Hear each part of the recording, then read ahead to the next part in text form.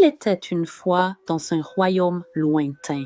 Il vivait un roi nommé Adigbosh et sa reine nommée Runke, qui désiraient ardemment avoir un enfant.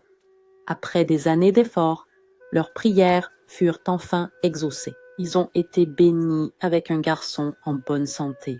Tout le village s'est réjoui et a célébré la naissance de l'enfant royal. Mais peu savaient que cet enfant était destiné à un terrible destin quelques jours après sa naissance. Le prêtre du village est venu au palais pour révéler une prophétie. Envoie des frissons dans le dos de tout le monde. La prophétie annonçait que le nouveau-né prince dormirait avec sa mère, l'épouserait et tuerait son père. Les villageois étaient horrifiés et dévastés par cette prophétie. Le roi et la reine, nous avons été terrifiés et avons tout fait pour empêcher cette horrible prophétie de se réaliser. Ils ne pouvaient pas croire que leur précieux enfant apporterait une telle destruction à leur famille. Dans une tentative d'éviter la prophétie, le roi Adepodju décida que le jeune prince devait être tué. La reine, le cœur brisé et attristé, supplia son mari d'épargner la vie de l'enfant, mais il était inébranlable. Il croyait qu'en se débarrassant de l'enfant, cela pourrait empêcher la prophétie de se réaliser. Le chef de la garde du palais, nommé Bonli, a reçu l'ordre d'amener le bébé dans la forêt maléfique et de le tuer là-bas. Maintenant, regardons le bébé et rejoignons-le à la forêt maléfique pour exécuter l'ordre du roi. En arrivant à sa destination, Monle sortit son sabre et alors qu'il s'apprêtait à égorger le bébé, son regard fut captivé par le beau visage de l'enfant. Avait l'air si innocent et ignorant ce qui allait lui arriver. Manly a eu froid aux pieds et n'a pas pu se résoudre à tuer une âme sans défense. Alors, il a décidé d'abandonner le bébé dans la forêt maléfique et de laisser les animaux sauvages et les bêtes l'enfant du monde. Mais les dieux avaient d'autres plans pour cet enfant. Le lendemain matin, comme le destin l'avait voulu, un chasseur gentil d'un village voisin a trouvé le bébé lors d'une chasse en forêt et l'a adopté, l'élevant comme son propre fils. L'énigme et sa femme ont adoré le bébé comme le leur et l'ont nommé Wamiri. On nous a dessiné une fois. Il était évident qu'il n'était pas un garçon ordinaire, car il possédait une force et une intelligence sans pareille, ce qui lui a valu une réputation parmi les villageois. À mesure que Wamiri grandissait, il est devenu connu sous le nom de guerrier féroce. Son père adoptif l'a formé à l'art de la guerre et il est rapidement devenu l'un des meilleurs du pays. Il a également appris les voies de la forêt et est devenu un expert en chasse et pistage grâce à ses compétences. Wamiri a aidé à défendre son nouveau village contre les envahisseurs et a même mené des attaques réussies sur les villages voisins. Mais tout ce temps, Wamiri n'avait aucune idée de sa véritable identité. Il n'a jamais su qu'il avait été adopté et n'avait aucune connaissance des prophéties entourant sa naissance. Au fil des ans, son père adoptif est décédé et Wamiri est devenu le leader du village. Sous son règne, les villageois ont prospéré. Il a guidé son peuple. À la victoire, homme! Il était et bientôt son village est devenu l'un des plus puissants du pays.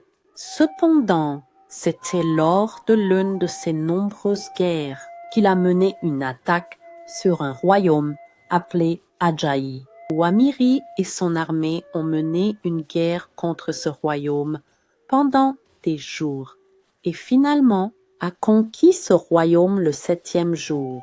Wamir a massacré le roi qui a refusé de se soumettre à son autorité et a épousé la belle épouse du roi. Wamiri a ensuite marché sur tous les royaumes et villages qu'il avait conquis avec son armée. Il a appelé le royaume fusionné le Midjourey. S'est couronné roi et empereur sur tout l'empire qui possédait de grandes compétences de leadership. Allumé le Kindle avec aisance et les habitants du royaume de Thémidès ont commencé à s'habituer aux choses. Mais au fil des mois, des événements étranges ont commencé à se produire dans le royaume. Tous les fleuves des villages se sont transformés en sang. Une épidémie de lèpre a frappé certains villageois et de nombreux autres événements malheureux se sont produits. Wamiri était perplexe et se demandait jour et nuit pourquoi tous ces malheurs se sont abattus sur son royaume. Un après-midi, le prêtre Ifa a été convoqué au palais. Les chefs de tribu et la reine étaient également présents. Le roi Wamiri a demandé aux prêtres de consulter les dieux. Pourquoi ils ont choisi d'abandonner le royaume de Thémidoury? Les prêtres ont alors révélé au roi ce que les dieux lui ont dit, disant « Mon roi, les dieux sont en colère. » Une certaine famille du royaume de Thémidère a commis un tabou.